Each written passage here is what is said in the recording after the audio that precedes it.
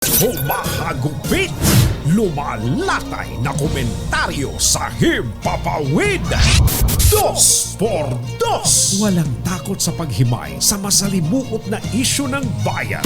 2x2. Humahataw na mga balita at impormasyon. 2x2. Ating damhin, ating lasapin ang hagupit na 2x2.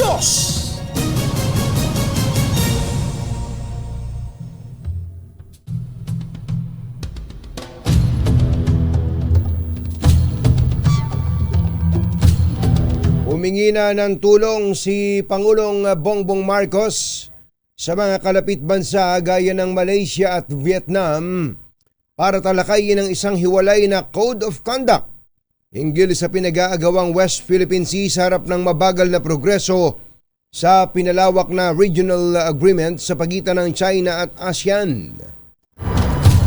Kaagad namang nag-react ang China at nagbabala laban sa hakbang na ito ng Pilipinas na gumawa ng hiwalay na Code of Conduct sa pinagtatalunang teritoryo.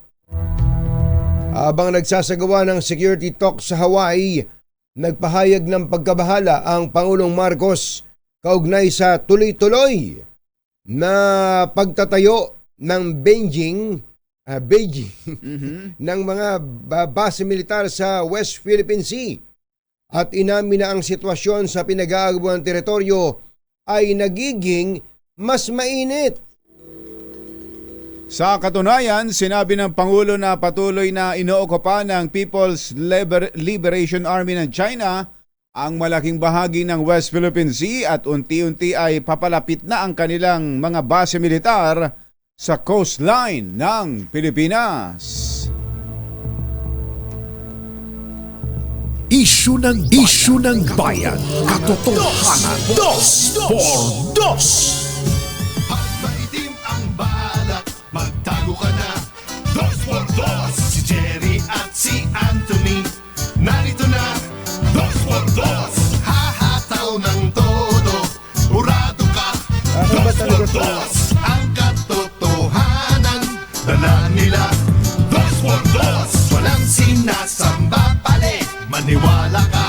2x2. Hataw ng gusto, tol, umasa ka. 2x2. 2x2.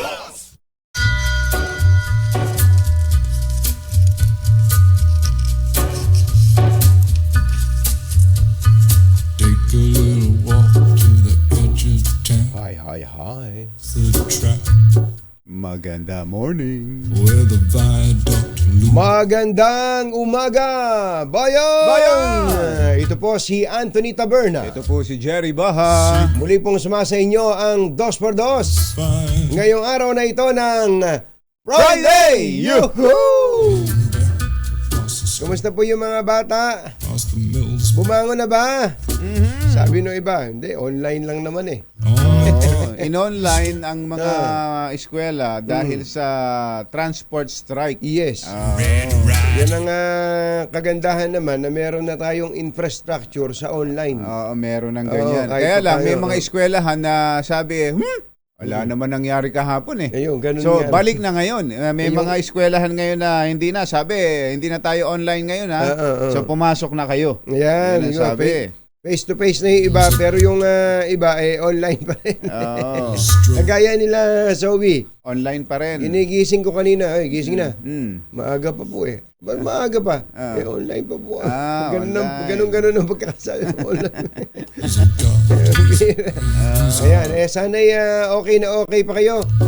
Mga teachers, yung mga teachers natin ha.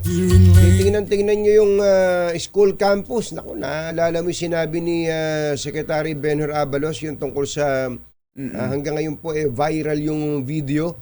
Yung bata, yung isang lalaking estudyante na binaril yung kapwa niya estudyante. Matagal na to mga 2 weeks ago to Yan sa ba yun St. Paul Tugigaraw. Sa Tugigaraw. Oo. Oo nga, nakita ko yung video na yun. Grabe yun, kumbatsero ha. Kaya, isa kami, baril eh. May baril yung May bata. baril sa loob ng campus. Oo. Yung bata, yun po ay nakakatakot. Dala niya sa sasakyan. May sariling sasakyan. May sariling sasakyan. Mga Ano ba 'yan? Magkasintahan ba yung dalawa na 'yan? Ayun, kasi magkakilala pumunta yung naman babae. Ayan, pumunta yung babae. Pumasok sa sasakyan. Hinilas eh. Ganun. Hinaltak na sa Hinaltak, loob. oo. Magkakilala sila eh. At Magkakilala. magandang tanong yung kumbatsero kung sila ba'y magkasintahan. Oo. Na-establish mo yan, partner? Ito mo pati... Oo. Oo. Yan ay sa Tugigaraw pala yan nangyari. Sa Tugigaraw, Cagayan yan, kumbatsero. Ano, Yuel? Magjowa ba to? Hindi. Na-establish ba kung magjowa yung dalawa? Kasi para lumapit pa yung babae, pumasok nga doon sa pintuan, binuksan yung pintuan ng kotse. Ano ba mga naging development na niyan? Oo, Natabunan na eh. Dahil sa mga nakaraang holiday. Bukod dyan, kumbatsero, dyan sa Tugigaraw, Cagayan, meron din, may natanggap pa akong text message tungkol sa nangyari naman dito sa Taguig. Doon sa Signal Village, yung batang babae. Oo. Dalawa yata yun. Dalawa, Parang dalawa kumbatsero. Oo. Dalawa yun at Tingnan mo parang yan. nagplano pa yung dalawang babae na yun. Oo. Nagplano at mga mga honor students to. Oo, Mga honor students, alam nyo nagpatiwakal. Nag-suicide ba yun? Suicide ba yung nangyari doon? Di ba yun? Dahil nung una lumilitaw na sa parang... Taguig, yung sa Taguig. Oo, Signal Village sa Taguig. Oo. Dahil lumilitaw na walang dahilan, walang maibigay na dahilan Oo. kung magsusuicide yung dalawa dahil magaganda ang grado eh. Oo. Pero may nasa lubong pambata nung bago umalis uwi na kami. Uwi na rin daw eh. Oo nga eh. Tapos nung nawawala na, nandun sa eskwelahan mismo. Ang tindi nun, kumbatsero, napakasakit sa damdamin ng mga magulang yan. Yung mga, ito palang dalawa ay nanliligaw, mother. Nanliligaw yung lalaki, binasted. Kaya... Yung sa Tugigaraw? Sa Tugigaraw. Oo. Ay, nako, mga bata, bigat po yan. Mga bagay na dapat na tinututukan, sinusubaybayan ng mga magulang at syempre pati ng mga eskwelahan. Kaya sabi School nito authorities. si Secretary Benhur Abalos Cumbachero ay ganito. I was appalled Ako'y nagulantang by the viral video ng videong kumalat showing St. Paul student Althea Mendoza being shot na nagpapakita sa babaeng si Althea, sa estudyanteng si Althea na binaril and beaten at ginulpi by another student inside their school campus. ng isa pang estudyante sa loob ng kanilang paaralan. Kaya ang sabi ni Secretary Cumbachero, I rest assured that I will personally monitor this case Tututukan ko ang kasong ito and ensure that justice is done. Yan po at maibigay ang hustisya. Ay nako, mga textmates, mga text partners, lagi po nating papaalalahanan din yung ating mga anak yung ating mga anak dahil sa pagka nasa labas na ng pamamahay natin yan. Wala, kung hindi sino-sino na natin, lang, kasama. Naku, napakahirap ngayon. Ang dami nating kaagaw sa ating mga anak, sa kanilang atensyon, sa kanilang panahon, at siyempre, dun sa kanilang yung kung sino, kung anong uri ng mga ideas, yung kanilang pumapasok sa kanilang isipan. Kaya tama yung matagal nang sinasabi na dapat binabantayan ng mga magulang. Pati yung kung sino-sino yung mga nagiging kaibigan, yung laging kasama, maski sa eskwela, yung magkakaklase nga sila, pero meron diyan na tropa-tropa Yes. na lagi nilang mga kasama. Hindi mo makikita na sa isang buong klase na lahat sila magkakagrupo magkakasama Meron lang diyan na mga close. So yun pala yun dapat na tinitingnan din ng mga magulang. No? Kaya nga meron kasabihan sa English na ganito Tell me who your friends are and I will tell you your friends. Ayun. Sabihin mo sa akin kung sino ang iyong mga kaibigan at sasabihin ko sa iyo kung sino kaibigan mo. Ano sinabi mo na? Meron din na the bird that flocks together Our birds. Our birds. Jerry Baja at Anthony Taberna sa Dos por Dos sa DZRH. Naloko na. Siguro itong mga ambira, ayos na sana eh. Ayos na sana eh. Oras po natin, Achi, Ahya, Mr. Jelom Tang, Engineer Tony Nanggel, Lakyam Chap Dihon, 6:12 ng umaga. Tindi nitong sinabi ng Pangulo ha. Within 60 nautical miles na daw po yung nire-reclaim ng China para gawing military base. Ang tindi, ano? 60. 60. Nautical miles ng ating So exclusive wala economic na, zone. hindi na sa 200, hindi na sa 150, hindi na sa 100 nautical miles, 60 na. 60 na kumbatsero. Ay, pwede na natin languyin yan Talaga, kung magaling-galing lang talagang maglangoy, aabutin mo na mula sa shore ng Pilipinas. Teka, akala ko ba nagkausap na ang Pangulo tsaka si Chinese President Xi Jinping? Yun nga ang problema natin kumbatsero eh. Yung bang, okay kamayan tayo. Okay, ito gagawin natin. Yun na nga. Ang dami na nating karanasan sa ganyang sitwasyon. Na makikipag-usap, tapos makikipagngitian, makikipagkamayan. Picture. Minsan may mga pirmahan pa. Yes. Pero mukhang iba ba ang presidente ng mga ng mga Chinese dito sa West Philippine Sea kaysa sa presidente ng China mismo? Parang ganun ang dating kumbatsero eh. Kaya nga iba yung humaharap dun sa ibang mga yung humarap kay President Joe Biden. Di ba siya yun? Siya rin yun eh. Siya din yun Niregalo, pinabili, sinabihan pa nga ni Joe Biden na bumili ka ng cake at birthday ng asawa mo. Oo, tinan mo. Sinabihan si Xi Jinping. Tinan mo na. Sabi siguro ni Xi Jinping, monitor nito ng misis ko. Siguro nakatap ang telepono namin. Oo, kaya siguro nagbasa ng Wikipedia to. Oo, kaya sa Facebook. Nakita siguro sa Facebook. Yun ang sitwasyon natin kumbatsero ngayon, ano? Meron kang kakausapin, ito nga, si President Xi Jinping, ilang beses na nakausap ng Pangulo yan. Pangatlo na itong sa San Francisco. Ayos naman pag nag-uusap Tsaka bakit ba kasi hindi na tayo nagtanda? Mula pa yan panahon yata ni Pinoy yun dating Pangulong Noynoy Aquino na nagkaroon ng standoff diyan. Diyan sa diba? Sa Scarborough Shoal. Tapos namagitan ng Amerika. Atras muna kayo para walang away. Atras muna. Nagkasundo umuo ang China. Umatras ang Pilipinas. Atras din sila. Umatras ang Pilipinas. Hindi na umalis ang China. Yun ang nangyari, mga kababayan. Kaya ano ba ang dapat gawin dito? Lahat na yate ginagawa natin. Tulad nitong nagsusumbong na tayo sa mga kalapit nating bansa, sa mga mauunlad na bansa, makakapangyarihang bansa. Pero parang sinasabi ng China, magsumbong ka pa, sige. Magsumbong ka sa lelong mong panot. Parang ganun parang ganun ang nangyayari. Habang tayo ay humihingi ng tulong sa iba, sila naman pinakikitang sila'y brusko dito sa West Philippine Sea. Ano ba gagawin natin dito? Oras mo natin, Achi, Ahya, Lakyam, Chap, Gohun, 6:15 ng umaga, ACS Balita. Susunod na! This time, CS Balita.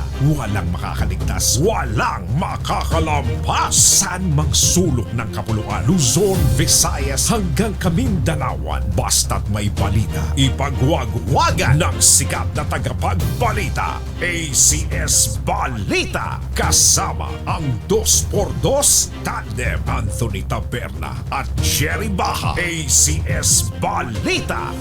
Ang programang ito ay hatid sa inyo ng ACS Manufacturing Corporation, ISO Certified, maker of world-class quality Pride detergent. Araw ngayon ng Martes, November 21, 2023. Sa ulo ng ating ACS Balita. Crime rate sa bansa bumaba sa nakalipas na 10 buwan ng taon. Halos piso kada litrong rollback sa produktong petrolyo, marangkada na. Pangulong Marcos balik Pilipinas mula sa matagumpay na pagdalo sa APEC Summit sa Amerika. Anim na opisyal ng PNP apektado ng balasahan higit 1 linggo bago ang pagreretiro ng PNP chief.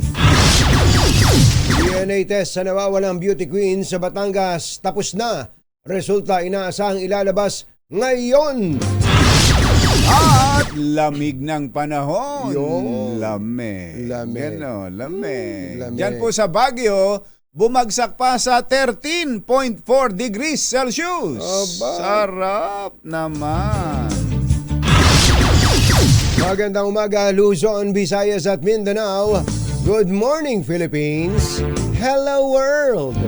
Ito po si Anthony Taberna. Ito po si Jerry Baha. At ito ang ACS Balita, ACS Good News. Pinida po ni PNP Chief Benjamin Acorda ang pagbaba ng kaso ng 8 focus crime sa bansa mula Enero hanggang October ng taon kumpara sa katulad na panahon noong 2022. Ito'y kahit sunod-sunod ang insidente ng pagpatay. Matindi rin naman po si Mother, ano?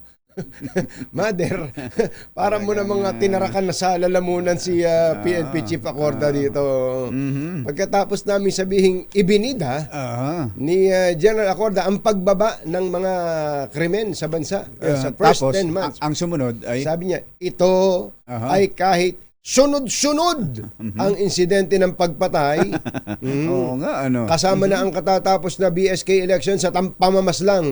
Ito yung malagim kumbatsero na pamamaslang sa mag-live-in partner habang tumatakbo yung bus sa loob ng bus. May video rin sa yan. Karangalan, Nueva Ecija. Yes, Oo. meron. Matindi to. May dashcam video pala yung bus na yon. Oo. At ang matindi nga nito, sila yung may dashcam video, sila yung gumawa ng kaya nakita natin yung krimen, maganda yung kanilang mga pamamaraan. Inutusan sila ng LTFRB para magpaliwanag bakit nangyari yung krimen. Pero yung ba, nalinawan na ba kung sino yung may kagagawan doon, Mother? Sa pangyayaring yon? Suspect yung anak. Kung sino yung, ayun, yung nabanggit nga yung anak, Di ba yung no, suspect. in-interview natin yung si Hepe dito, kumbatsero? Yung Hepe ng Karangalan. Parang person of interest nila, yung anak. Yung anak pala, kinasuhan ng karnaping nung nanay. Ayun. Kaya tinanong pa ako nung pulis talaga to si Major, pinahirapan pa si Major Agliam, sabi niya sa akin sino ho bang pwedeng makinabang pagkano? Malay ko. Parang ganun no? Mabalik tayo kay General Acorda na pagkatapos na sabihin ni Mother na bumaba ang bilang ng mga kaso, marami palang krimen. Oo. Pero sabi po ni General Acorda, bukod daw po sa malaki ang ibinaba ng crime rate sa bansa, tumaas din ang crime solution efficiency. Ayun. Crime solution efficiency.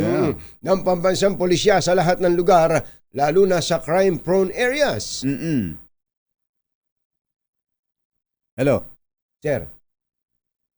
Parang ayaw na. Ayaw na. Nagtampo. Nagtampo, Mother. Ayaw Mother, na. lagot ka, Mother. Lagot ka, Nagtampo. Pagkatapos. Nagtampo si PNP Chief. Yan po ang mamaya ay ilalabas natin ni General Acorda. Alas 6:24 ang ating oras. Nagsimula na ang halos piso kada litrong rollback sa presyo ng mga produktong petrolyo ngayon. Naku, ayos. Ayan. Batay sa anunsyo ng mga oil companies, nasa 75 centavos kada litro ang bawas sa presyo ng gasolina. 65 centavos per liter sa diesel at 60 centavos naman sa kerosene. Ito na ang ikatlong sunod na linggo na may bawas presyo sa gasolina, habang ikaapat na sunod na linggo naman sa diesel at kerosene. Alas 6:25 na ng umaga, naimbag gabigat kada kayo amin na po, agring kayon, gising na. Naging matagumpay at produktibo ang week-long trip ng Pangulong Bongbong Marcos sa Estados Unidos. Ganito inilarawan ng Pangulo ang kanyang pagdalo sa 2023 APEC Summit na ginanap sa San Francisco, California bago nagsagawa ng iba pang aktibidad sa Los Angeles at Honolulu, Hawaii. Bitbit ng Pangulong Marcos ang $670 million na investment pledges mula sa pagdalo sa APEC Summit. Altogether, we return to the Philippines with more or less $670 million in investment pledges that have the potential to create thousands of direct and indirect jobs for Filipinos within our country. We look forward to seeing more of these partnerships materialize in the months ahead, especially with the visit of the high-level U.S. Presidential Trade and Investment Mission in March next year. And we are also co-hosting the 2024 Indo-Pacific Business Forum. Ang Pangulong Bongbong Marcos. Welcome back, Mr. President. Yon. Nagpatupad ng balasahan sa 6 na senior officials ang Philippine National Police. Bahagi daw po ito ng regular na proseso upang mapunan ang mga pwestong binakante ng mga nagretirong opisyal. Kasama sa naapektuhan ng revamp si Major General Bernard Banac na dating pinuno ng PNP Directorate for Investigation o for Information and Communications Technology Management na itinalaga bilang bago ng hepe ng Special Action Force. Aba, masayahin pa naman niya si General Banac. Oo. Kala ko 6, ba't di isa pala binasa mo? Isa lang ang nakasulat dito eh. Hindi mo tapusin yan. Tungtungan natin. Yeah, si Major General Bernard Banac ay napunta nga dyan sa DICTM. Napunta sa Special Action Force mula sa DICTM.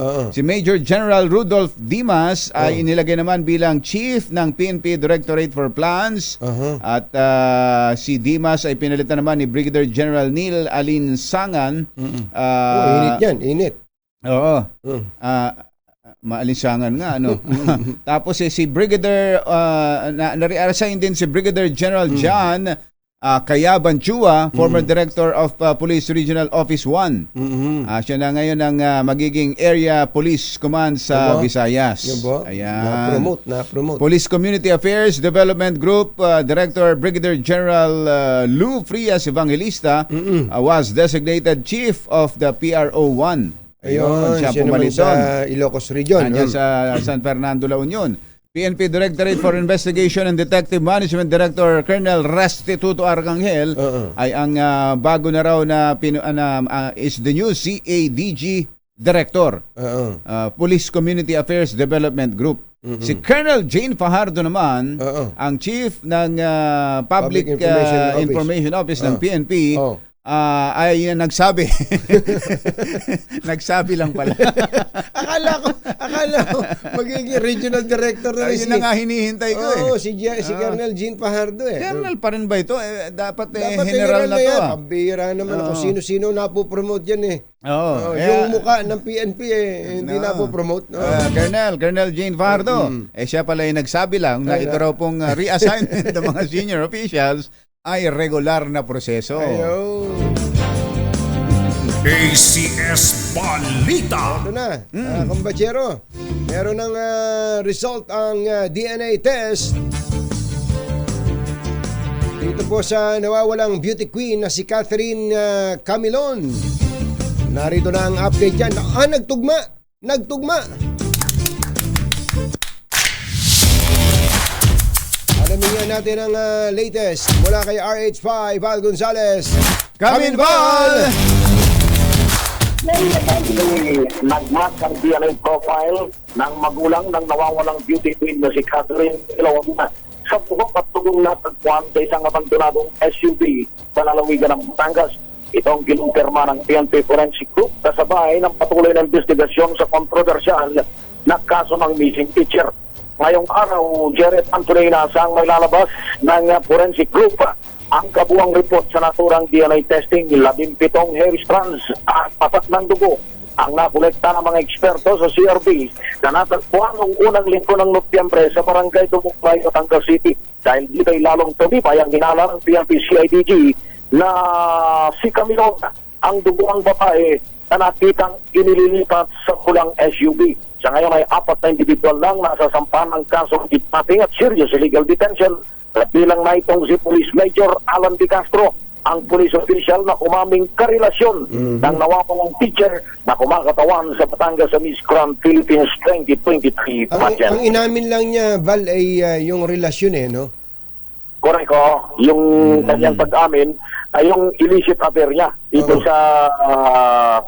sa beauty queen na teacher na ito dahil itong si Police Major De Castro ay isa ring pamilyadong opisyal ng PNP ng kanyang asawa ay isa ring miyembro ng Philippine National Police. Police din yung asawa.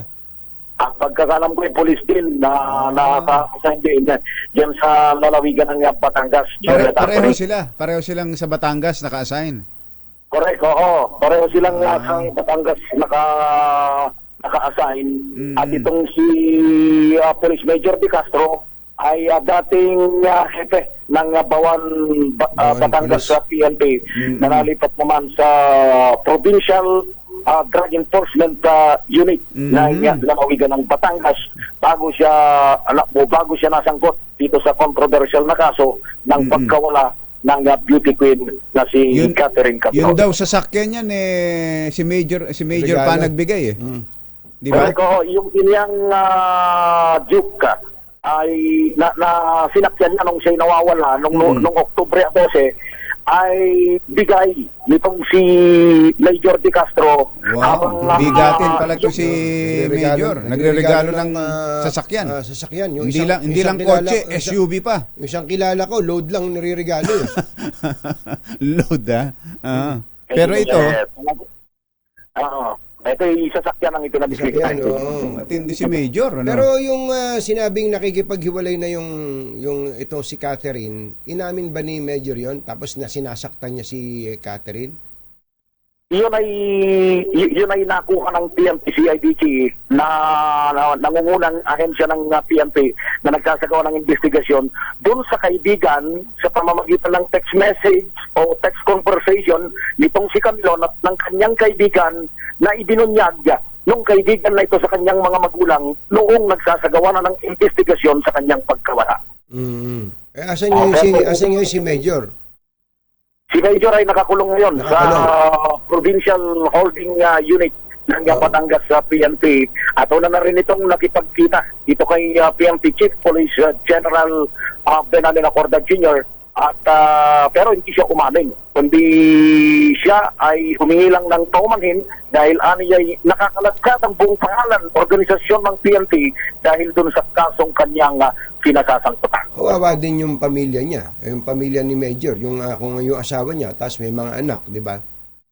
Correct, oo. Pero dahil sa inamin niya, na siya ay merong relasyon, magsilbing relasyon dito sa teacher na ito, at siya ay isang pamilyadong tao, balikan natin yung paalala ng PNP dati. Ano ba yung paalala? Paalala mo nga sa amin? Sige nga. Ang paalala ng PNP, iwasan na magkaroon ng maraming pamilya.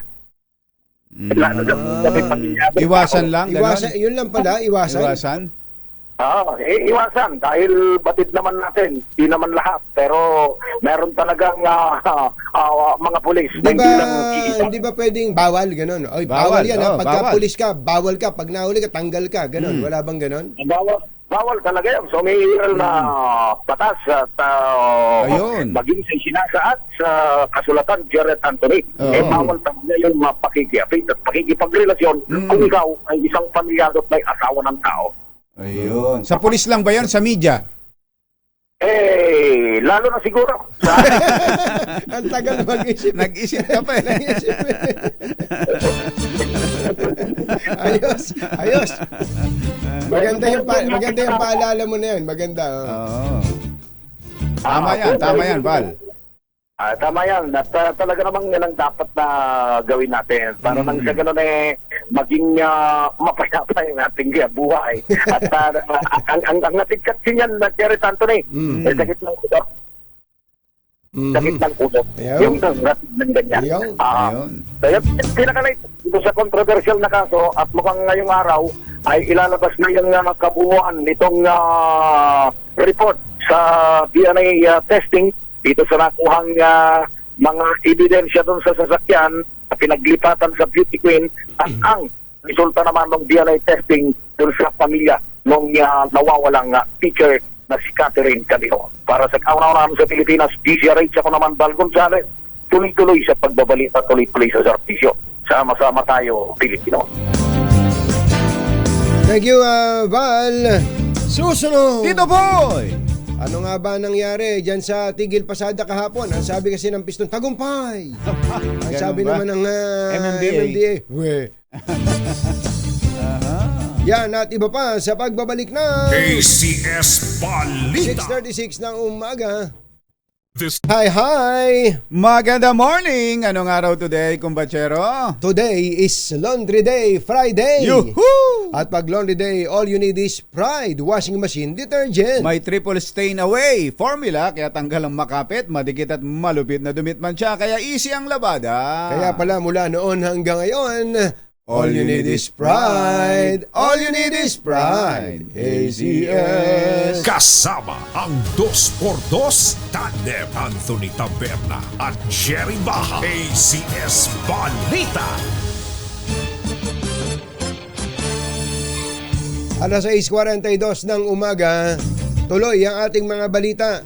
Minaliit po ng MMDA ang tigil pasada ng grupong Piston kahapon.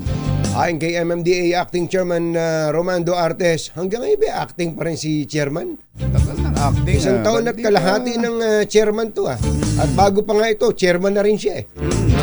Ayon kay MMDA Chairman Romando Artes, bigo ang Piston na gawing paralisado ang transportasyon lalo na sa Kalakang, Maynila. Sinabi ni Artes na kung may mga commuter man na na-stranded, ito hindi dahil sa transport strike, Kundi dahil saan? kundi Eto na. kundi Pansinin sa ninyo. Rush Hour. kundi sa Rush Hour. Ayun, rush Tingdunes. hour. Yun lang. Saka hindi, meron talagang mga grupo na hindi talaga sumali. Hindi sumami, oh. At ayaw nang sumali dahil tanggap na nila yung phase out talaga ng mga lumang jeepney. Mismo. Kaya lang ang tanong diyan uubusin ba talaga natin yung mga jeep na yan?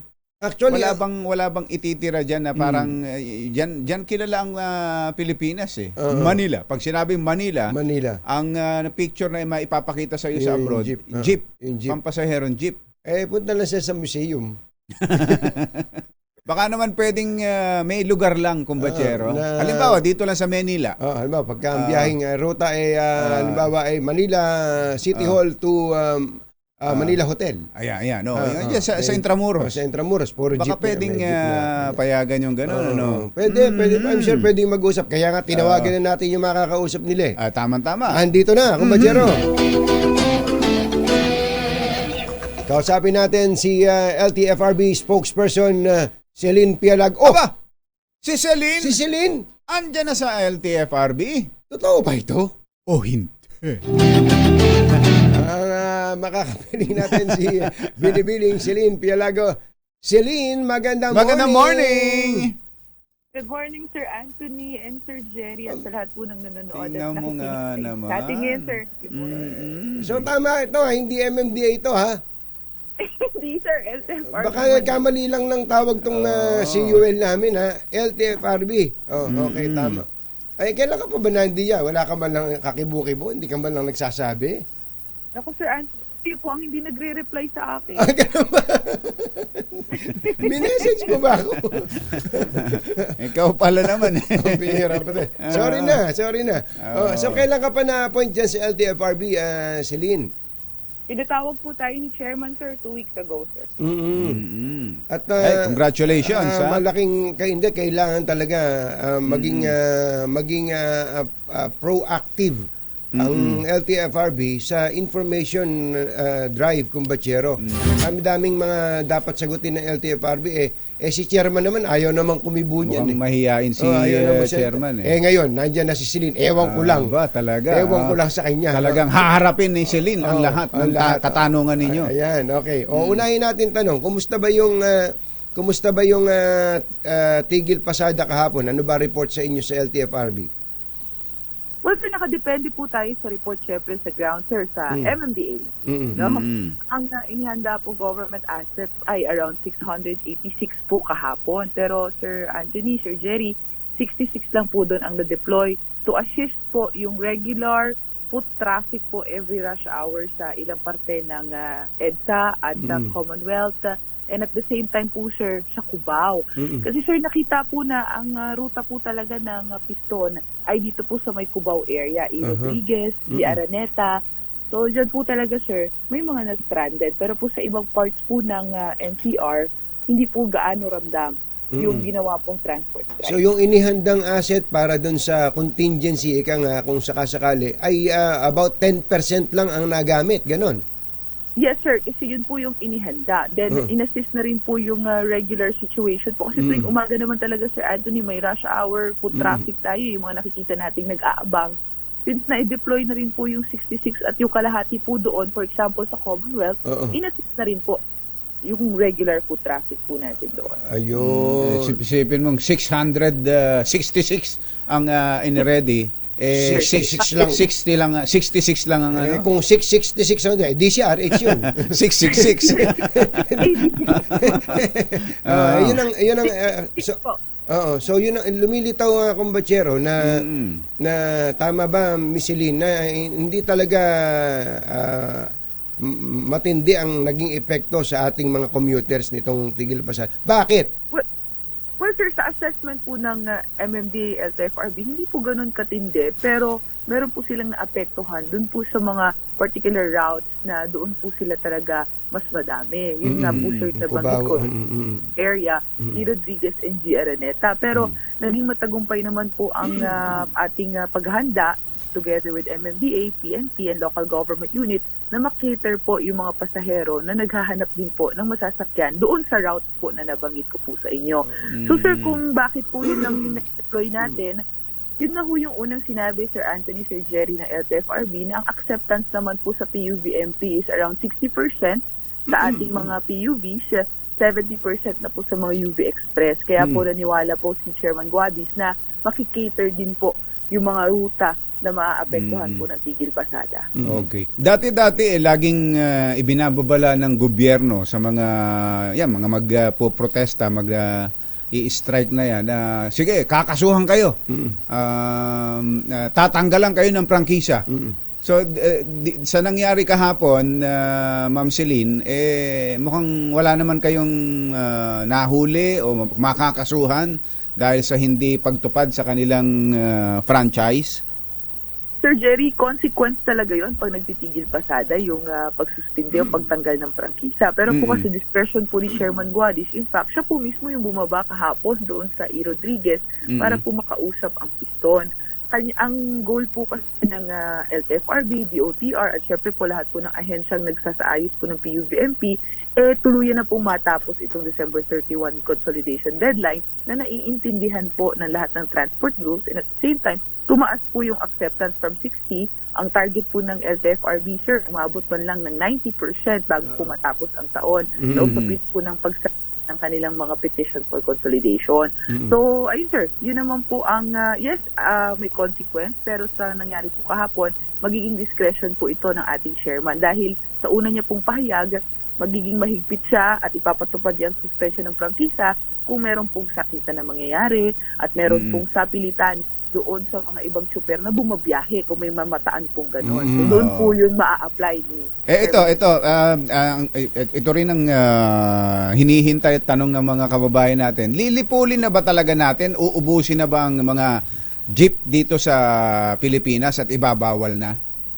Sir, meron na pong dalawang bagay na tila naintindihan po ng piston kahapon. At meron din naman po silang 4 na request. At doon po sa 4 na request na yon, 3 po doon yung doable. Yung dalawa kong naunang nabanggit, sir, number 1, yung pagsiguro na wala pong jeepney phase out. Sinabi na po ng ating Chairman Guadis, as long as papasa po sila sa pamantayan ng LTO, being roadworthy, Sir Jerry at Sir Anthony, then pasok po kayo sa PUVMP. Pangalawa, sir, after December 31, yung pangalawa po nilang inaalala, makakabiyahe pa ba kami after consolidation deadline? Yes, makakabiyahe pa rin po kayo as long as isubmit lang po yung petition for consolidation, which is a 2-pager petition, sir. Maigli lang pala. Yes po, binabaan na po yung technical requirement on or before December 31. Ang inaalala po kasi nila, masyadong maraming proseso ng dokumentasyon yan. Paano pag hindi namin kinaya? Paano pag hindi kami nakabuo ng korporasyon, ng kooperatiba? Paano kami babiyahe?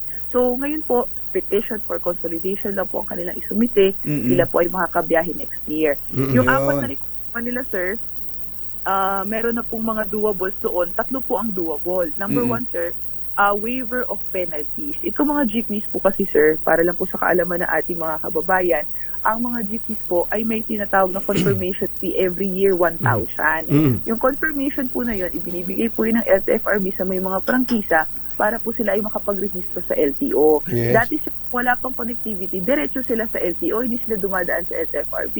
So pag sinek niyo po yung database ng mga franchise, meron po mga driver at saka mga super po doon, umaabot na po na 20,000, 10,000, 5,000 po yung kanilang mga penalties. So para lang po magkasundo sa PUVMP, i-waive po yan. Ang bait.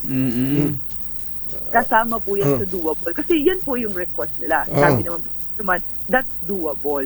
Second po na request nila, from 1-year franchise, gawin na pong 5 years yung kanilang prangkisa. That is also doable. Kaya lang po nangyayari ngayon, sir, kaya lang po nangyayari ngayon na 1 year yung franchise, assurance lang din po ng gobyerno yon na sila po ay sasailalim sa PUVMP kasi nga po hindi pa sila nagko-consolidate. Correct. Pero po ang Pag sumali, 5 years, okay. po, Yun. Ano po yung hindi doable? Sir, yung hindi doable kasi, sir, totally gusto nila, wala nang consolidation process. Ade, namewang nasisilin na gano'n. Hindi pwede yan.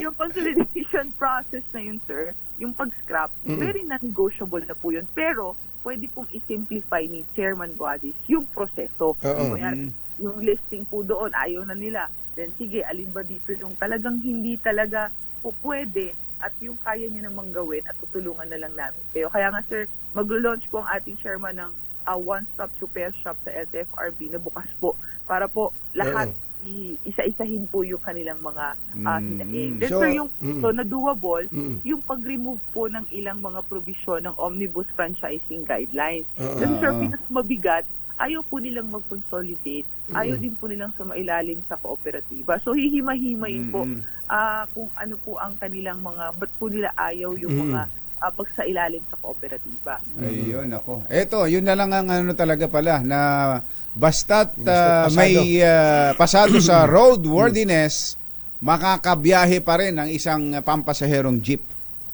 Siyempre, sir, para naman sa kapakanan ng ating mga pasahero naman din yun. Para matiyak din yung kanilang kaligtasan. Sir, Importante yun talaga. Sir, at nagbubuga na ng maitim na usok at talaga namang palagi nang nasisiraan sa kalsada, sir, nagkukos na rin ng traffic at nagiging abala sa iba at prone na sa aksidente ang kanilang unit, siguro naman po maiintindihan nila na sila po hindi na makakabiyahe. Yun. Okay. Ayun, no phase out, no traditional jeepney phase out, basta pasado. Okay yun. Okay ako doon, kumbachero. Okay ako doon. Ikaw ba, ma'am? Okay ka ba doon, ma'am? Okay ka ba dyan? Okay ka ba dyan? Ayan, okay. Sabi siguro ng taga-pistol, ayoko.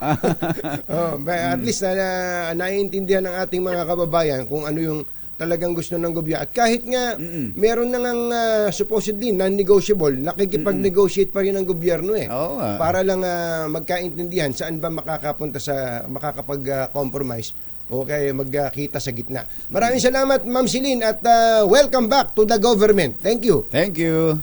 Thank you so much, Sir Anthony and Sir Jerry. See you soon. See you soon.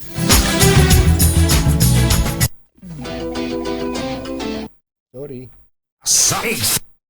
Kasama ang 2x2 tandem Anthony Taberna at Jerry Baja. ACS Balita. So, wala na bang tigil pasada ngayon? Yun lang, hindi natin naitanong kung kasi, baka doon sa isang non-negotiable, baka sabi ng piston, hindi, tuloy! Ang dami pala nung napag-usapan na okay na eh. Okay na, 4 yun eh. Yung la- 3, okay eh. Oo Yung nga isa eh. lang naman, yung isa nga, kumbachero, pwede pa rin pwedeng pag-usapan. Pag-usapan pa eh. Makabuo ng win-win solution. Lahat Baka hindi na rin inintindi ng LTFRB dahil sabi, wala namang epekto yung... Sige, tuloy ko na. Makapagpahinga din. Pero at least kinausap pa rin ng pamahalaan itong mga jeepney drivers, protesting jeepney drivers natin. At ayan, nalinawan natin, kahit tayo hindi mga driver o yung mga hindi na sumasakay ng jeep at may kanya-kanya ng sasakyan, hindi pala talaga lilipulin ang mga jeep dito sa atin sa Pilipinas. Hindi, basta- Hanggat roadworthy, Oo. ibig sabihin maayos pa rin at ligtas na sakyan. Hindi lang yung physical Hindi lang physical. Oo, kasi yan ang jeep eh. Oo. Ang jeep maganda ang physical pero ang makina. Yun ang problema. Pugak-pugak na. Oh, pero yun dapat yun maayos. Yun. Yun, papayagan pa rin makabiyahe. Nagatid sa kabuuan ng ating ACS Balita. Ito po si Anthony Taberna. Ito po si Jerry Baha. ACS Balita. Oras po natin 4 minutes bago ang 7 o'clock in the morning. Magbabalik po kami pagkalipas ng 3 araw. Balitang makatotohanan. Balitang maaasahan. ACS Balita. Ang programang ito ay hatid sa inyo ng ACS Manufacturing Corporation, ISO Certified, maker ng world-class quality pride detergent. Para sa damit na ka-bloom sa bango, subukan ang Charm. Katonying at Ka-Jerry. Anthony Taberna, Jerry Baha. Ang samahang pinatibay na ng panahon. 2 por 2. 2 por 2. Yun, kumbachero, ang daming nagagalak, natutuwa sa welcome back, Ay, Jerry. thank you. Sabi nitong si Ninong RD Dong Tolentino, welcome back. Sabi niya, Ay, RD, mas RD. masaya. Mas masaya. RD Dong.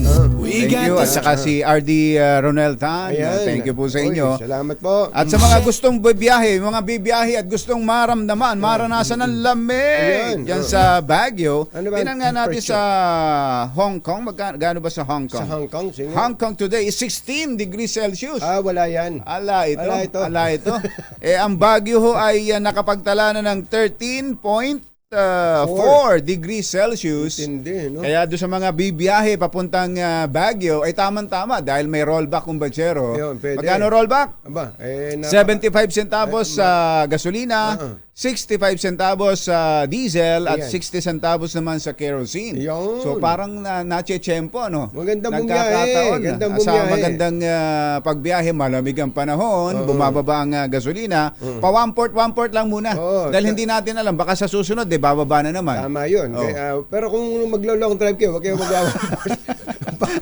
I-full tank nyo muna pag long drive. Pag-long drive, i-full tank na nyo. Oo. Kaya Mayor Benji. Oy, i-ready nyo yung Baguio. Talagang dadagsain ngayon ang Baguio. Dahil parang sa mga nakaraan, kapag ganitong November pa lang, hindi bumababa sa ganyan ang temperatura dyan. Ang aga. Ngayon, maaga. Saka yung, naku, ang problema dyan sa Baguio kung batsero lagi, pag marami namang tao, ubod ng traffic.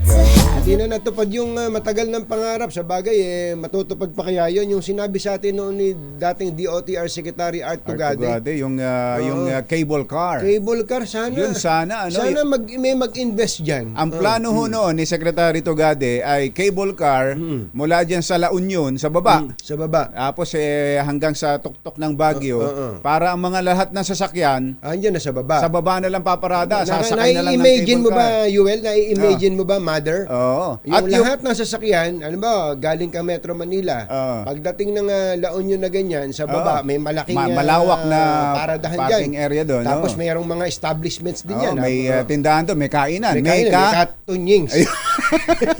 Naisip mo yun? May pwesto na doon. Kwentuhan pa lang, nakasama na sa kwentuhan yung katunyings. Siyempre.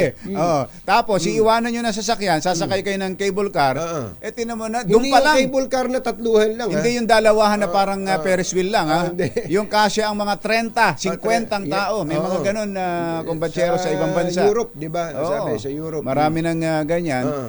Doon pa lang sa biyahe mo sa cable car, namamasyal ka na. Diba? Kita mo yung solve ka na. kabundukan ng Benguet na ganyan. Kita mo yung Baguio, kita mo rin yung La Union. Pagdating doon sa Baguio, lakad-lakad ka na lang. O kaya yung mga taxi na lang doon ang sasakyan. Kikita pa ng husto ang Diba? ang local tourism. Nai-imagine nyo ba yun? Oo, sarap Ang nun. ganda, pero sabi na iba, nasisiraan na yata itong Art Tugade na to eh. Ay, Ba't nako. pasasakayin nyo sa cable car yung mga tao Nako, tingnan nyo ho, kahit na ho ganun kataas na bundok, tingnan nyo ho doon sa mga may cable car sa abroad. Dito na lang, wag na tayong lumayo sa Europa kung batsero. Sa Taiwan na lang, meron din pala silang cable car doon, nasa kabundukan din. Ayun, tinan nyo na. Sasakyan mo. Turismo, tapos environment friendly, tapos luluwag kumbatsero. Yung Baguio mismo, mai-imagine mo, halimbawa, kung puro electric vehicle na lang yung umiikot-ikot Naku, dyan. kaganda, Parang shuttle, no? kung saan, from one hotel to point B, halimbawa, yung mga pasyalan. Ano ba mga pasyalan dyan? Yung kumbatsero, yung mga... Burnham Park. Burnham Park. yung ang ganda ng kwentuhan natin. Tapos yung sakayan ng kabayo. Sakayan ng kabayo. Sa tala. Tapos para tumama naman ng konti, yung mansion. Mansion. Diba? Tapos yung ano ba yung pinupuntahan doon sa dulo, yung malapit sa bilihan ng ano yung aso? Si Saint Bernard. Yun, si Saint Bernard. Yung aso. Ano ba? Ba't ba tayo biglang nakalimutan natin yung bilang? Sa tagal na. Mayor, paalala mo nga sa amin yun. Pambihirang patis. Kaya tayo nagkwentuhan natin para malilimutin. Ang mga kumbatsero ng bayan, Katunying at Ka-Jerry. 2x2. Ito, rasyada to. Rasyada ng ating mga RH reporters. Tingnan natin ang sitwasyon sa iba't ibang kalsada, sa iba't ibang lugar dito sa Metro Manila. Unahin natin ang pinakabata, ang magbe-birthday, si RH29, Boy Gonzales. Coming boy! Anthony, Jerry, walang stranded na pasero sa Rizal Avenue mula Abad Santos hanggang Blumentos, Santa Cruz, Maynila. Ngayong araw, ikalawang araw, nagtigil ang pasada ng grupong Piston. Ayon sa mga driver na biyaheng Blumentos Baclaran, Blumentos Retiro, hindi naman sila sumama sa transport strike. Manatiling naka-standby naman ang masakyang itinalaga ng Manila LGU para sa offline libreng sakay. Ito'y hanggat nagpapatuloy ang transport strike kung saan nasa 122 na sasakyan ng inilaan ng Manila LGU. Ito'y mula sa Manila Disaster Risk Reduction and Management Office, Manila Traffic and Parking Bureau at Manila Police District na handa pa rin magatid ng libreng sakay sa mga nangangailangan nito. Nabatid na sa unang araw, kahapon sa Tigil Pasada, umabot sa mahigit sa 3,000 na pasahero ang naserbisyo ng offline na libre sakay. Iikot ang libre sakay sa kaaba ng Top Avenue, Espanya Boulevard, Rizal Avenue, Pedro Hill, Recto at Quezon Boulevard sa Quiapo, Maynila. Mula sa kauna-una sa Pilipinas, ito si Boy Gonzales, tuloy-tuloy sa pagbabalita, tuloy-tuloy sa serbisyo. Sama-sama tayo, Pilipino. Boy, may nagtatanong dito, totoo daw bang birthday mo sa November 29? Ba't hanggang ngayon, boy ka pa din? Nasa 40 anis na rin ako. Kailan? November? Hindi, kailan siya nag-40? Kailan ka nag-40? Year 2000 ata. Ayos. Thank you, boy. Balik kayo, Anthony at Jerry. Puntahan naman natin ang kanyang pinsan, si RH5 Val Gonzales. Puro Gonzales ito. Tawagin mo na rin si Romy Gonzales. Si RH5 Val Gonzales ay nandoon sa biyaheng San Mateo QC ang kanyang binabantayan. Dumadaan dyan sa Batasan yan, Road. Alamin na natin ang sitwasyon doon. RH5 Val Gonzales. Kamin Val!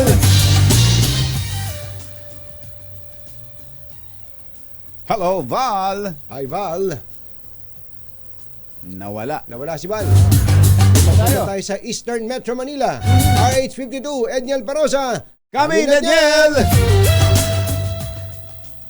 Katunying tuloy sa kilos protesta ang grupong Piston dito sa Pasig Palengke ngayong ikalawang araw ng kanilang nationwide umanong transport strike. Tanga ng kanilang mga placard at tapulin, sinisigaw pa rin ang pag-counter sa POV face out ang ilang super na may biyaheng Taguig at Marikina. Isama rin nagsasagawa ng programa rito sa gilid ng Pasig Mega Market ang ilang kababaihang kahanap umano ng mga maapektuhang super at operator. Kahapon, narito rin ang parehong grupo na nagsabing 7 Joda ang Pasig ay lumahok sa kanilang tigil pasada. Pero sa pag-ikot ng DZRH News ngayong umaga, kita natin marami na rin buwabiyahe, partikular sa ruta ng Pasig-Marikina, na isa sa mga na-observa natin kumunti ang biyahe kahapon. Matatandaan na nakausap natin ang ilang super sa unang mapagyoda na nakisimpag sa piston at sinabing babalik na sila sa kanilang biyahe sa Pasig-Marikina ngayong araw. Aliban sa set up na theory modernization program, isinisigaw rin dito sa ating likuran ang pagbasura sa oil at deregulation program. Para sa kaunaunahan sa Pilipinas DZRH, ito si Edniel Parrosa. Tuloy-tuloy sa pagbabalita, tuloy-tuloy sa servisyo. Sama-sama tayo Pilipino. Alas 7:14 ang ating oras. Balikan natin si RH5 Val Gonzales. Come in, Val! Napakaraming mga masasakyan ng ating mga kababayan na nag-aabang dito sa kahabalang Electric Road sa kung kanto ng papasok ng Commonwealth Avenue, Cherry Anthony.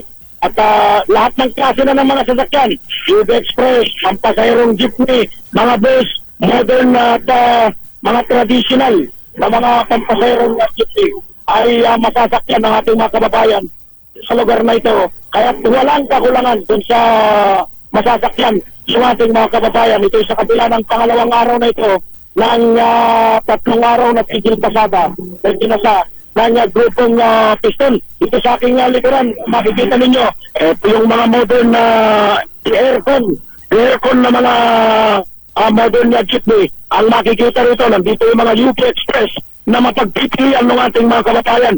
Kung maaabot ng ating camera, Jared Anthony, yung libreng sakay, yung araw-araw na libreng sakay kahit hindi magtigil pasada, ang sasakyan ng Quezon City Bus Service ay nakaantabay at nakahandang i-deploy. Ayan din, Val. Nakikita rin namin sa video mo ang napakaraming traditional jeepney na bumibiyahe. Reko, hindi raw sila sasama sa transport strike dahil ang prioridad nila ay yung makakain ang kanilang mga pamilya. Yung Quezon City Bus Service, Jared Anthony, kung sakali mang mayroong lugar dito sa buong Quezon City na mayroong kakulangan ng masasakyang mga publikong sasakyan, ay pupuntahan agad at magdi-dispatch yung mga nakamonitor na mga tauhan ng Quezon City Government na nangangasiwa dito sa Quezon City Bus Service. Wala rito sa kaba ng electrical road dito sa Quezon City. Para sa kauna-unahan sa Pilipinas, DZRH, ako naman Val Gonzales, tuloy-tuloy sa pagbabalita, tuloy-tuloy sa serbisyo. Sama-sama tayo, Pilipino. Masamang tao lang ang takot sa dalawang to. Kaya kung maitim ang balak, magtago ka na. Anthony Taberna, Jerry Baja. 2 por 2. 2 por 2.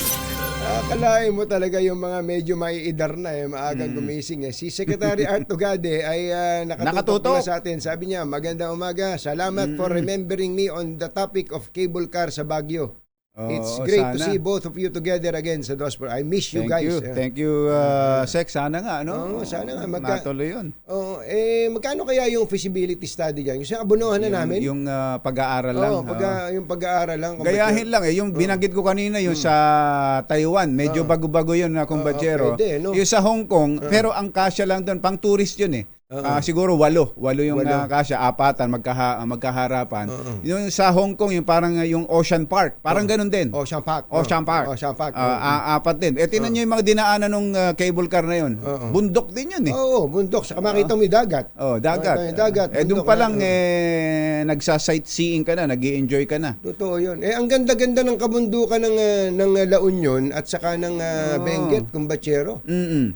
Kaya sana ay matuloy ito, Kumbatsero. Sino ba pwede natin tawagan dito? Mr. Jalom Tang. Mr. Jalom Tang, baka pwede. Gastusan nyo na to. Madalas sa Taiwan itong si Jerome Tang. Si Joseph Muego ay nakatutok din ngayon at si Kiko Flores. Ganon din si RT Sindak. RD Sindak ng DAR. Magandang sa morning. Bicol. Magandang morning. At si Senro Jun Almasan ng Nueva Ecija, Cabanatuan. Magandang morning. Si Ma'am Susan Yulo Ramos, ay mayong aga, Pangga. Ang sabi niya, Bugtaw na kamo. Katunying, ka Jerry, lovely to see you both are together again. It's not the same pag isa is missing. I love your tandem. You are both in my prayers. Thank you po, Thank you po. Ma'am Salamat Susan po. Yulo Ramos. At magandang umaga rin po sa ating mga taga-subaybay dyan po sa Isabela, dahil ang balita natin is ang Isabela sa top 10 rice producing provinces, pumayag daw kumbachero Oo. na magbenta ng mas mababang halaga ng bigas. Kauna-unahan sa Pilipinas. Manila Broadcasting Company. DZRH. Member, kapisanan ng mga broadcaster ng Pilipinas. Member KBP. Oras. Kapopoy, 11 na minuto na makalipas ang 7 ng umaga.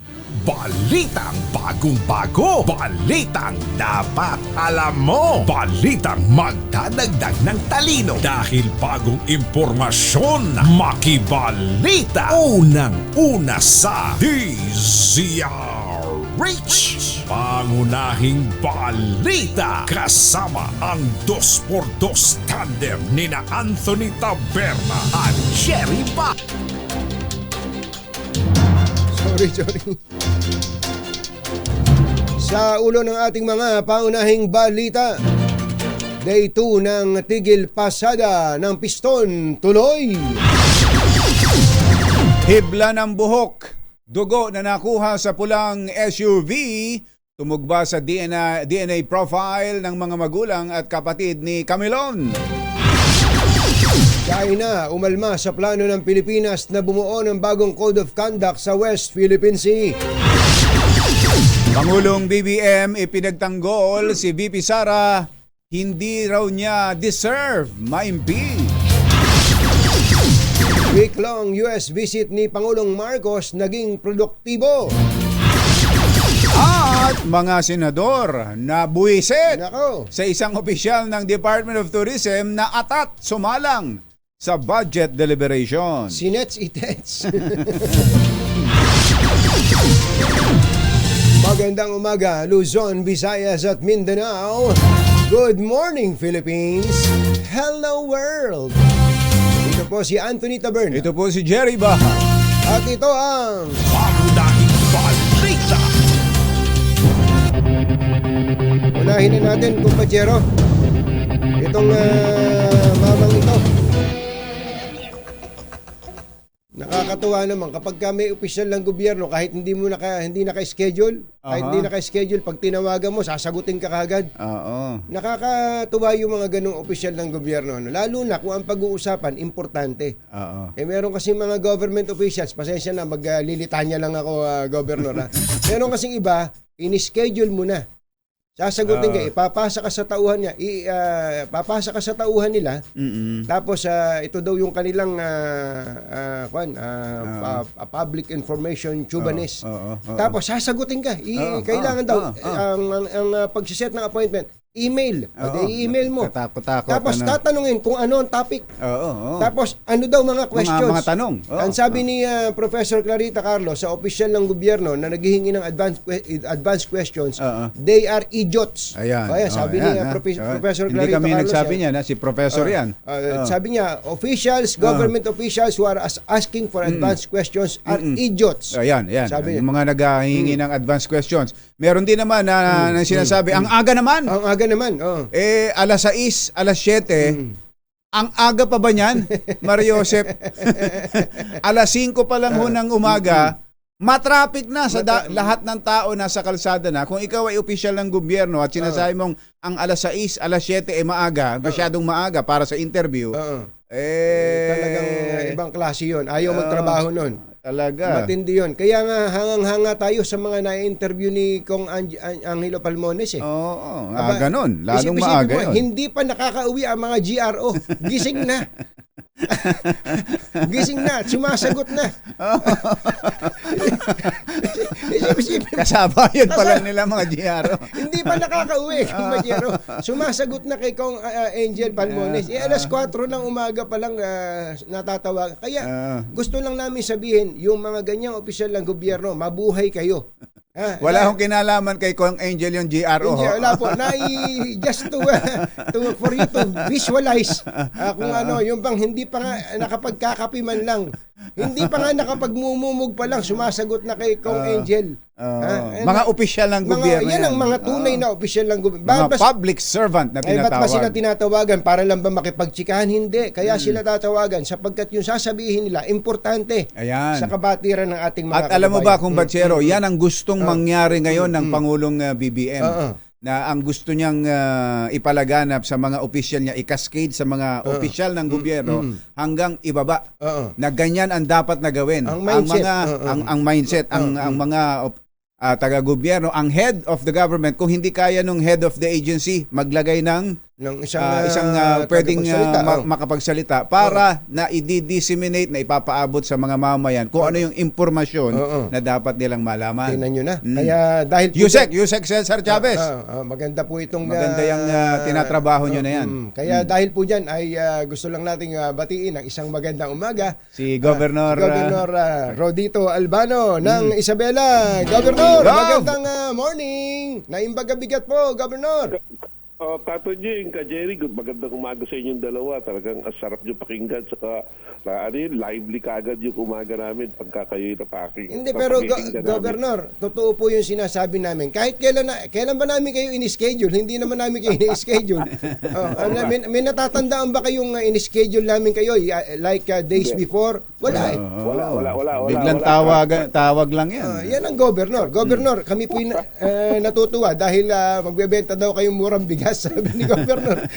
Sabi ni Secretary Kiko Laurel ng DA. Totoo ba ito? Yan? Actually, pag-usapan doon, ito, kailangan ma-perk up muna yung production ng bigas. Kasi, actually, katunying ka Jerry, wala naman nagtatanong ng presyo ng bigas ngayon eh.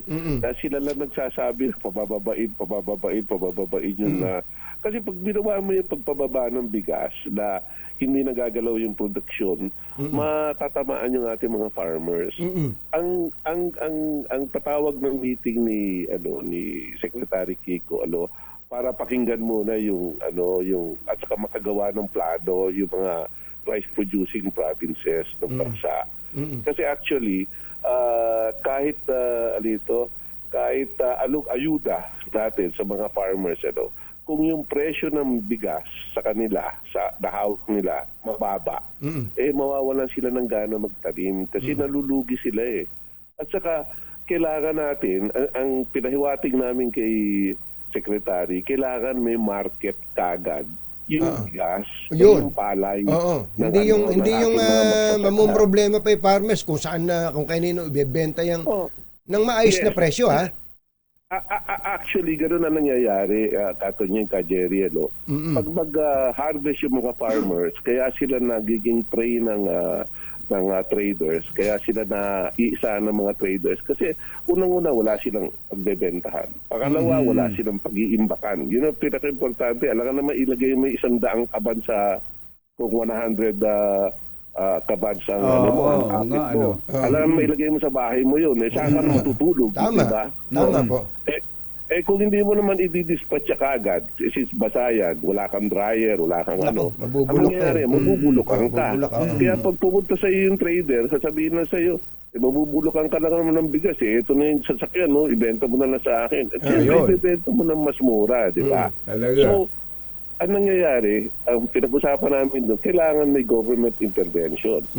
Una, yung mga local governments, total, ang local government naman, katunyeng ka Jerry, hindi naman bangko yan para kumita di ba? Ang aro ay ng isang local government unit o ng gobyerno, ang balik diyan, kailangan kumita ang kanyang mga kliyente. Hindi para kumita yung local government unit kasi baliktad. Ang bangko, kailangan kumita siya sa kliyente, di ba?